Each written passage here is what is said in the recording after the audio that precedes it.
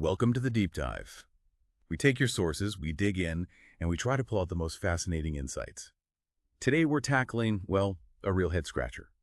It's about one of the towering figures of medieval Jewish thought, Maimonides. How could he seem to both reject and accept ideas about the stars influencing us? It seems like a contradiction. Our source for this deep dive is Richard Preschel's Astrology and Astrology, Maimonides' Cosmic Views. It really tries to unpack this whole thing. So our mission today is to navigate Maimonides' really complex views on the heavens. Not just what he believed, but, why it was so central to his whole philosophy, his theology.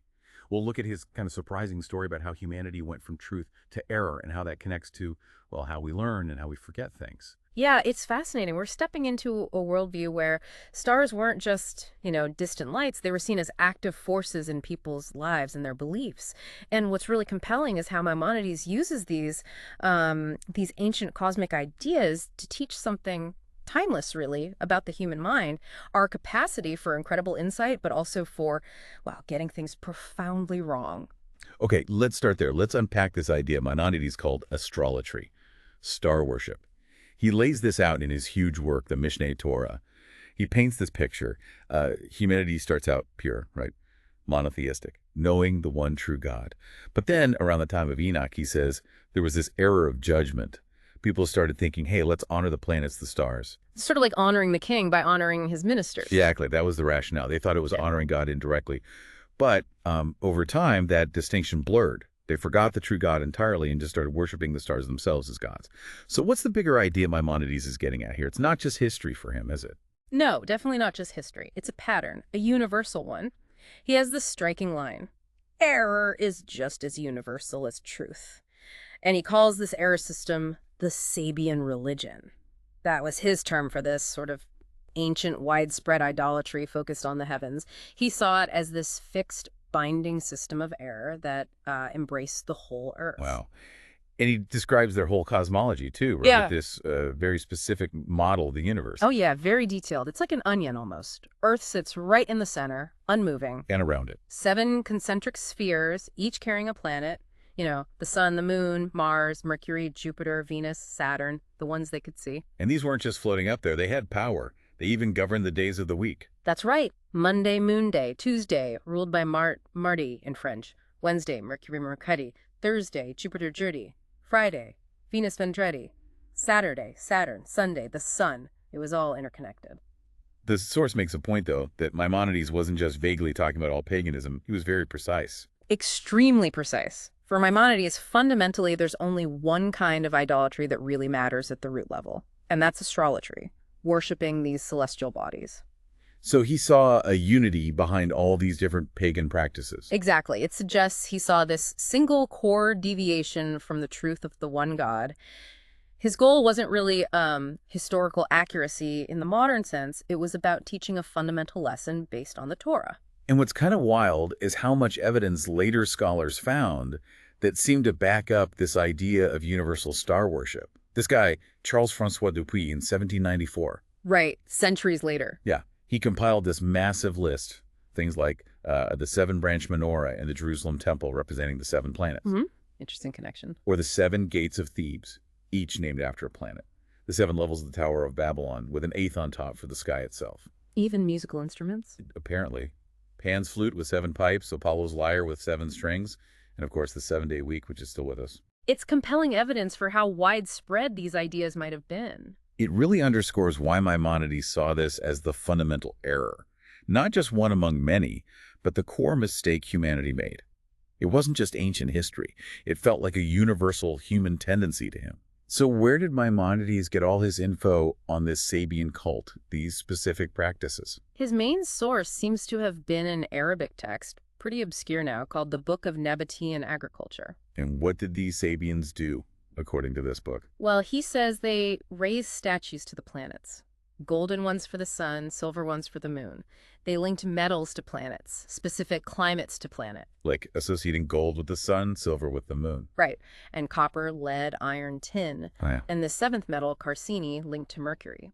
They believe these planets influenced everything from climate to the very formation of metals in the earth. Now, you mentioned modern scholars, anthropologists. They've questioned if astrology was truly that universal, right? Like 𝗍𝗂𝗏 Yeah, there are debates. How much astronomy did really early people actually know? Could they have developed such complex systems everywhere? But again, for Maimonides, the strict historical accuracy probably wasn't the main point. Which brings us back to the key question. Why emphasize it so much if he wasn't just being a historian? Because it perfectly sets up his core teaching, this cycle. Yeah. This dynamic. The cycle. We start with truth. Then comes error, and crucially, forgetting amnesia. And then the struggle back, the destruction of error, the return to truth. Remembrance, anamnesis, as the source puts it. Knowledge, amnesia. anamnesis. Knowledge, forgetting, remembering. And Maimonides sees this playing out again and again in the Bible. Think about Abraham. Okay. Brays from his family's idol worship. Makes the covenant with the one God, teaches it to his children. But then fast forward, Joseph, the famine, his descendants end up in Egypt. And they stay there. And they stay. And according to Maimonides' reading, they forget. They forget the plan to return to Canaan. They forget the covenant. They even abandon circumcision, the sign of the covenant. They become idolaters again. The Passover Haggadah even says that, right? Our ancestors were idolaters. It does. It acknowledges that lapse. So the cycle repeats. Knowledge. Amnesia in Egypt. Until Moses comes. Anamnesis.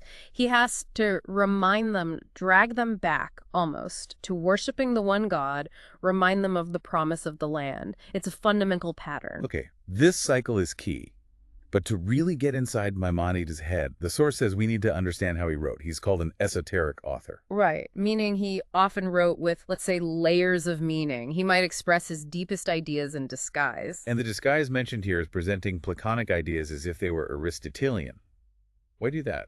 Well, it's complicated, partly the intellectual climate. Aristotle was hugely influential, and there were constraints within Jewish law, halakha, about what could be said openly, especially about certain mystical or philosophical topics. So navigating tricky waters. Exactly. But for us, the key isn't just the disguise, it's the idea being disguised in Platonism. Okay, so let's unpack that Platonic idea. It comes from dialogues like the Menono, the famous allegory of the cave. The core idea is that the soul is immortal, it already knows everything, has known it since eternity. But then we're born. And birth is like a trauma that causes forgetting. Amnesia. So what we call learning in this life isn't really acquiring new information from outside.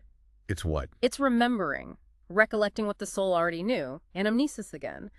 But the body, our senses, they often get in the way. They're obstacles to this pure remembering. And this is totally different from Aristotle's view, right? Diametrically opposed, really. Yeah. For Aristotle, knowledge starts with the senses, with observing the world. So understanding this Platonic undercurrent is crucial for grasping Maimonides' whole project. Okay, I see. And this leads directly into one of his most famous arguments in the Guide for the Perplexed, his critique of anthropomorphism. Precisely. His argument that we absolutely cannot describe God in human terms. Because using our senses, our imagination, the very tools Aristotle valued for knowledge, Maimonides says these are the barriers to understanding God. Right.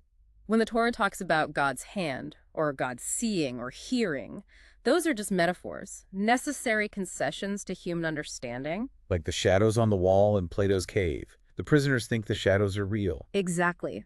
They're mistaking limited sensory-based images for the true reality, which is purely intellectual, non-physical.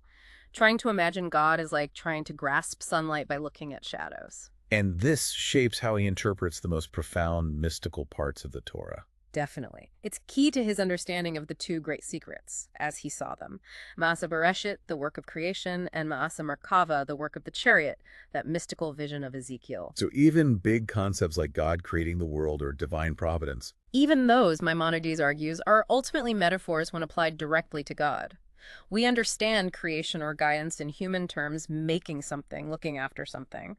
But trying to apply these finite, sensory-based concepts directly to the infinite, non-corporeal God is, for Maimonides, fundamentally misguided. Imagination and senses are the obstacles here. Okay, so strong rejection of anything physical or sensory when it comes to God. Strong rejection of worshiping physical, celestial bodies, astrology. Which makes the next part, well, really surprising. The apparent contradiction. Right. Here's the twist. While Maimonides absolutely condemns worshiping the stars, astrology, it seems the Jewish tradition, and maybe even Maimonides himself, subtly, does acknowledge astrology. Meaning? Meaning the influence of the stars on earthly events, on human destiny.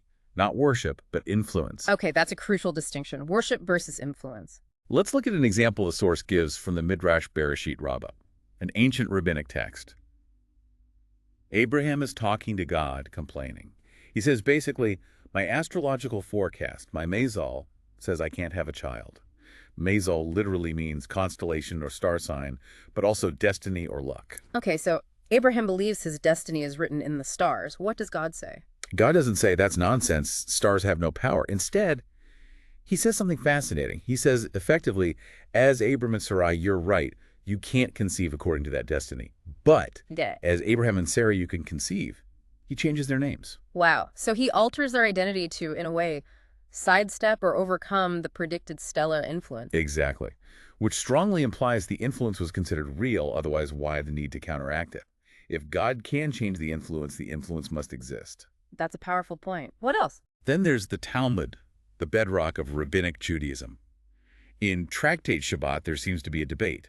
Rabbi Hanina says, point blank, planets give wisdom, planets give wealth, and Israel is under the influence of the stars. 𝗂𝗂𝗃𝗃 Yisrael. Okay, pretty direct. But then Rabbi Yohanan comes back and says, no, Israel is immune. Ein mazal Yisrael. So a direct contradiction. How do they square that circle? They bring in a verse from the prophet Jeremiah, Jeremiah 10.2. It says something like, don't follow the way of the nations. Don't be dismayed at the signs of the heavens, for the nations are dismayed at them. Okay. So the signs exist, the nations react to them, they fear them. But Israel shouldn't be dismayed. It suggests Israel has a different relationship. Maybe they can transcend that influence through their connection to God, but it doesn't deny the signs themselves exist. I see. It's nuanced. The influence is there, but Israel's response or fate isn't bound by it in the same way. And maybe the most striking story, again involving Abraham. Rabbi Judah tells it. Abraham is looking up, studying his constellation, his mazal. And again, he concludes he's not destined for kids. Right. So what does God do this time? According to Rabbi Judah, God says, stop your astrology. Israel is free from this planetary influence. Okay, sounds like a clear rejection. But then God adds, what's your calculation based on? Is it because 𝗀𝗻𝗄 in Hebrew is in the west? Watch this. I'll turn it around and put it back in the east. Whoa. God actually moves a planet in the story. He changes the celestial configuration specifically to neutralize the influence Abraham was worried about. That's incredible. If God has to intervene and physically move a star to change the outcome. It implies the star did have an influence that needed neutralizing. It's hard to read it any other way. Yeah, that strongly suggests the reality of the influence, even if Israel can overcome it, sometimes through direct divine intervention. And think about how this filters down into everyday language, even today. The common Jewish celebratory phrase, Mazel Tov. Good luck, congratulations. Literally, it means good star or good constellation. It's a direct echo of this ancient belief in celestial influence affecting one's fortune. It's baked right into the language. So pulling this all together, Maimonides draws this incredibly sharp line. Worshipping the stars, astrololatry, that's a fundamental error, a total forgetting of God, stemming from a basic mistake in judgment. Forbidden. Absolutely condemned. But the influence of the stars, astrology, that seems to be acknowledged maybe even implicitly within the tradition he inherited. It's a force that exists in the cosmos, but one that faith, divine intervention, or maybe Israel's unique covenant can override. It's a subtle but absolutely crucial distinction. Worship is out. Influence is, well, complicated, but seemingly acknowledged as real. And this brings us to maybe the big takeaway for you listening to this. Maimonides' whole model, knowledge leads to amnesia, which requires anamnesis, forgetting and remembering. It's not just about ancient Sabians or biblical history. It feels like a really profound template for how we deal with information, with learning, even today. How so? Well, think about it. We might start with some core truths, some fundamental understanding in any field. But then things get complicated. We get overloaded with details, maybe distracted by errors or misinformation. That's the amnesia setting in. Right. Losing sight of the basics, the core principles. And the real journey of deep learning, the deep dive, if you will, is often about cutting through that noise, that complexity, and getting back to those essential insights. Remembering what truly matters. It's a process of anamnesis, of active recollection and rediscovery. That resonates. It makes you think.